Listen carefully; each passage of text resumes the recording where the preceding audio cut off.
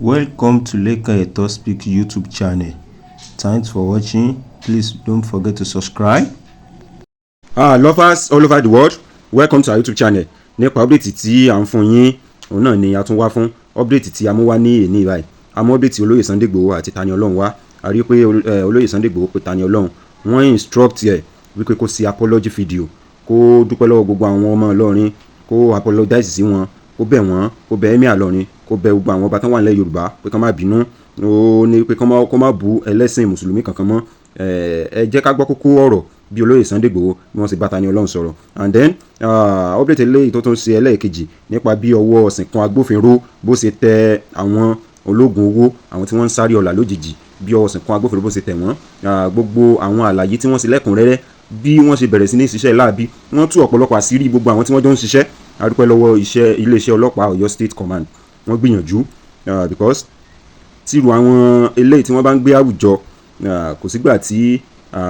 ẹrù onímọ̀ bàyàn nínú àwùjọ sí. Ẹ jẹ́ ká gbọ́rọ̀ lẹ́kùnrẹ́rẹ́ lẹ́nu wọn, ká gbọ́ nǹkan tí wọ́n sọ fún àwọn ọlọ́pàá ìpínlẹ̀ Ọ̀yọ́ pẹ̀lú bí wọ́n ṣe ń ṣiṣẹ́ láabi wọn, ká dẹ̀ gbọ́ nǹkan tí olóyè Sunday Igboho àti Tani Olohun tí wọ́n sọ nípa ìṣẹ̀lẹ̀ tó ṣẹlẹ̀, bí wọ́n ṣe fẹ́ wá arrest olóyè. Mo ní ọ̀nà báyìí ni abájọ ọba nílò àmì kíní kan ọ́fíìsì àbí kí wọ́n pè mí ń gbọ́ ìbò wọn ní ọ̀dà tí bá ti dé ibi tá à ń lọ ní ìgbé ìbò láì lọ sùkú bí wọ́n ṣe gbé masínì nìyí nígbà táwọn wájú dẹ̀ báyìí wọ́n sọ mí náà ọkọ̀ ṣẹ́kẹ́ṣẹkẹ̀ lẹ́sẹ̀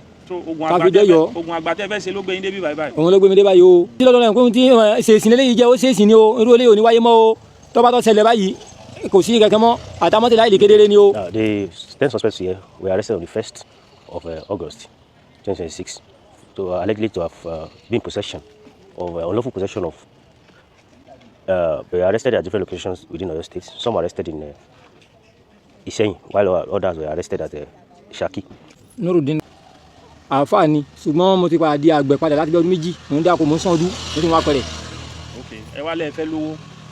nígbà tí wọ́n láṣìírí bíbò ní ṣiṣẹ́ fún bá ń tò kí mi náà dán wo àṣẹ rọ́gbù níjẹ́ bẹ́ẹ̀ kò sí àṣírí bíbò ẹ̀kẹ́ tí ń bẹ́ẹ̀ o ìyẹn kẹ́ dìdakúdà ni. báwo lẹ ṣe wá di ara àgọ́ ọlọ́pàá.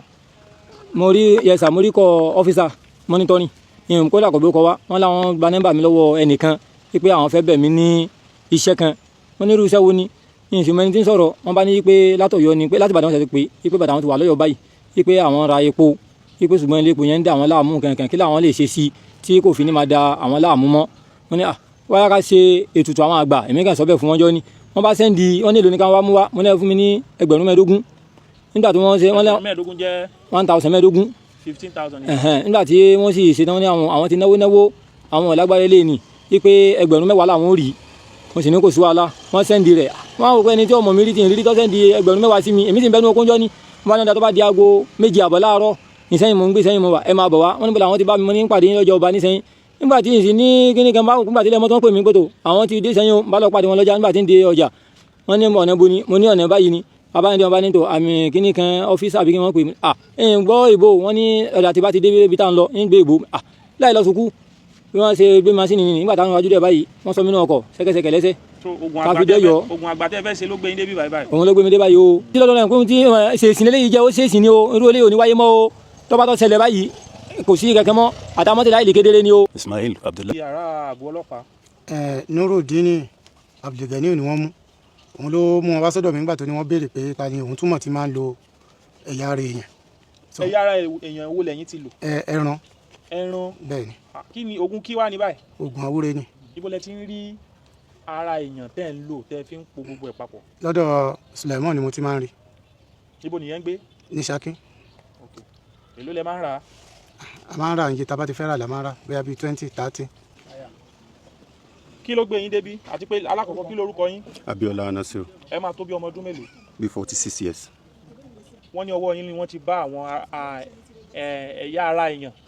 bẹ́ẹ̀ni oríṣiríṣi ara èèyàn bí báyìí. báwo ló ṣe dọ́wọ́ yín. mo gbà lọ́wọ́ Taofik ni. ta ló ń jẹ́ bẹ́ẹ̀. ó wà ń bí òun náà wà ń bí. ó wà ń bí kí lẹ máa fi ń ṣe. a fi ń ṣe àwúre. àwúre ok èèyàn mélòó lẹ ti fi ṣe é fún tí ó dẹ̀ ti ṣoríire. kò sí. kò sí. bẹ́ẹ̀ni. kí ló dé tí ẹ ṣe wá tí àwọn kìíní ṣì wá wà lọ́wọ́ yín nígbà tẹ́ mọ̀ pé ẹ ti ṣe àwọn oògùn àwúre yìí fún alákọ̀ọ́kọ́ ẹlẹ́kejì kò ṣoríire kí ló dé tẹ́ ṣe wá kíp àwọn kìíní sí àkàtà yín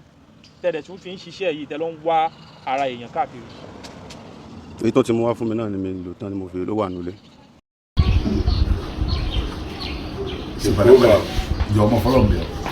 ṣe fídíò dúpẹ́ lọ́wọ́ ọmọ Yorùbá káàkiri dúpẹ́ lọ́wọ́ gbogbo ọba including bàbá wa lọ́rí dúpẹ́ lọ́wọ́ àlùfáà gbogbo àlùfáà kọ́lá àjẹ o wọ́n fẹ́ bọ́ mọ̀ yẹn náà kàn án àwọn àlùfáà kan bẹ tó ń jà fún lórí íńtánẹ́ẹ̀tì mo fi Ọlọ́run búra àwọn àlùfáà kan tó ń jà fún lẹ́yìn tó ń sí lórí íńtánẹ́ẹ̀tì tó ń pè mí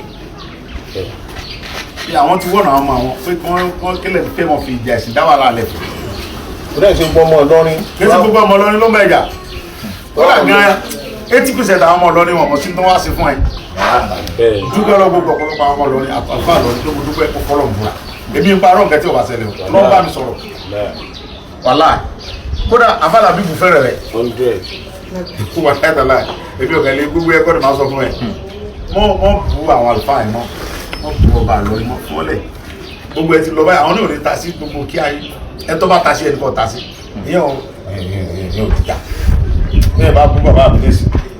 láàrin ṣe fún ọmọ yóò máa lè fún bàbá tiẹ̀ náà mo bá búyà mi lẹ́sìn búyà rẹ mo bá bọ́mọ mi náà bọ́mọ tiẹ̀ náà yìí ò dìjà bẹ́ẹ̀ mọ̀ jẹ́ ká fi lẹ́fù ẹ̀sìn ká fi dá wa lálẹ́ ẹ̀ka fi ro yẹn lẹ̀ ẹ̀ ti ká fèsì àwọn bandits àwọn àgbèrè ló kó nísìnyí wọlé lódò àwọn èèyàn lè nìkan free kò sí free movement yẹn kẹ́ jẹ́ ká fèsì jẹ́ ká fi gbogbo lẹ́fù ẹ̀wẹ̀ àwọn tó kù kiri ẹ̀dùn mi gan o ká ní pé wọn tètè pè mí lọ́dẹ̀ mo fẹ́ dín ẹ̀gbẹ́ bẹ́ẹ̀ kí ni mo fẹ́ máa lọ pé kí n lọ sí ti bọ́lọ̀ bá ṣe bí a ti bá tètè débẹ̀ bí a kò ní lè tó báyìí gbogbo nǹkan láì tọ́lọ́ ni ọba tó ní wá òun ló mẹ́tò ọlọ́mọdé ẹ̀sùn rẹ̀ wálé ayé èmi ń tèmi lọ́dọ̀ tèmi èmi gbà pé Ọlọ́run bá kan bẹ tó dá mi òun ló sì lẹ̀ mí mi lọ́dọ̀ màá sì kújọ́ kan tí lọ bá nígbà náà bàbá mi tó dáadáa ju ẹnìkan bẹ tó dá mi nígbà tí mo sì bẹ́nu ìyá mi èmi nìkan mo bẹ́ mẹ́ ẹnìkan ní fún mi ló ń jẹ́ mẹ́ ẹnìkan ní ṣètò bí mo ti wà mẹ́ ẹnìkan ló ṣètò mo ti dénú ìyá mi ọ̀dẹ̀ ní ọ̀sán náà èmi gbà bọ́lọ́ wa o èmi àti sọmọ aládìkún ọmọ tí kíláàbù àbẹ̀kẹ́ mọ́ gbà bọ́lọ́ wa ní tèmi ọba tó ní mi wà tó dá mi Ọlọ́run jẹ́ parẹ́ bàbá wa onírìṣà bàbá wa Aláàfin Ọ̀yọ́ Ọlọ́run jẹ́ kẹ́mi wọ́n gùn gbogbo ní kò kí gbogbo ọba ní kò dúpẹ́ lọ́wọ́ ẹ̀ Olúbàdàn Olúgbọ́n gbogbo náà gbọ́rọ̀ ẹ̀ wọ́n sì ṣe dáadáa inú ní parọ́ fún òkun sí dáadáa pé kí làwọn náà gbé mọ́tò tí ò ní nọ́mbà tẹ ní identification tẹ kàn wọnú lónìí ẹgbẹ́ àwọn ọ̀dà bẹ́ẹ̀ so mọ́tò ọmọ rẹ náà tó jẹ́ ọmọ wa tó jẹ́ ọmọ tiwa tó jẹ́ brọ́dà wa a ní láti pèsè àkíyèsí gẹ́gẹ́ bá bàbá ẹ̀ sọ pé àwọn ti bọ́ sọ̀rọ̀ pé kò sí ẹ̀lẹ́dẹ̀ dàpọ̀ ọlọ́run eléyìí ti lòdù o ti lọ mú tó tún sọ ọ̀rọ̀ tó bá wọnú àwọn àjò bẹ́ẹ̀ ni tó bá wọnú lòdù ọ̀rọ̀ tá a bá sọ tá a bá fìdí kì ẹnìkankan tu wọn láéláé Ọlọ́run tún lọ àwọn àgbàlagbà fún ẹ ó dẹ̀ lo gbogbo ọmọ Nàìjíríà káàkiri ayé fún ẹ láti dìde sọ̀rọ̀ ilé ìjà kílódé kílọ́mọ yẹn sí tẹ́ńtẹ́ aláàbò tó báyìí Ọlọ́run kò ní dọ̀la àwọn oníjó kúkú yìí wọ́n jẹ ọmọ rẹ o torí wípé àwọn tó bá fẹ́ pààyàn bí wọ́n bá dẹ èyẹ gbọ́dọ̀ wà fẹ́ kí ẹ dẹ̀ mọ sọ́ra àti pẹ̀lẹ́pẹ̀lẹ́ náà ìta wà yìí ìyẹn wọn kẹ́kọ̀ọ́ sí ojúmọ́ ní ilé ìsìn Ọlọ́run ní kó fáwọn ìkẹ́ Ọlọ́run fáwọn ìkẹ́ wọn dà kó lè fẹ́ràn lovers all over the world ọ̀rọ̀ náà ni ẹ ti gbọ́ lẹ́kùnrẹ́rẹ́ gbogbo bó ṣe lọ bó ṣe ṣẹlẹ̀ ọ̀rọ̀ náà ni ẹ ti gbọ́ ìkí Ọlọ́run bá kó ṣàánú wa ẹ rí i pé olóyè Sunday Igboho wọ́n pe Tani Olohun wọ́n dẹ̀ bá a sọ èyí tí ń jẹ́ òótọ́ ọ̀rọ̀ bí èèyàn ṣe máa ń bọ́mọlúwàbí sọ̀rọ̀ wọ́n bá a sọ̀rọ̀ wípé kó stop kó jáwọ́ láti máa bú àwọn àfáà láti máa bú àwọn mùsùlùmí láti máa bú Emir Ìlọrin because wọ́n ní tí ìbá kí n ṣe ọpẹ́lọpẹ́ àwọn èèyàn tí wọ́n dúró tì í wọn bá gbé lọ lọ́jọ́ yẹn àti ọlọ́ọ̀lọ́n ọlá olóyè Sunday Igboho tó dúró láti má jẹ́ kí gbígbé lọ kó wá sí ìmúṣẹ lọ́jọ́ yẹn so ẹ̀yin tẹ́ bá ṣe ń darapọ̀ mọ́ orí ìkànnì wa ọ̀rọ̀ rèé òun náà láti mú wá fún yín subscribe tẹ́ bá ṣe ń darapọ̀ mọ́ wa ẹ tàn notification bell yín so that anytime tá bá ti drop new video tá bá ti mú update wá báyìí ẹ máa lè rí notification gbogbo ṣe ń lọ so I appreciate the support yín so far we love you all thanks for watching.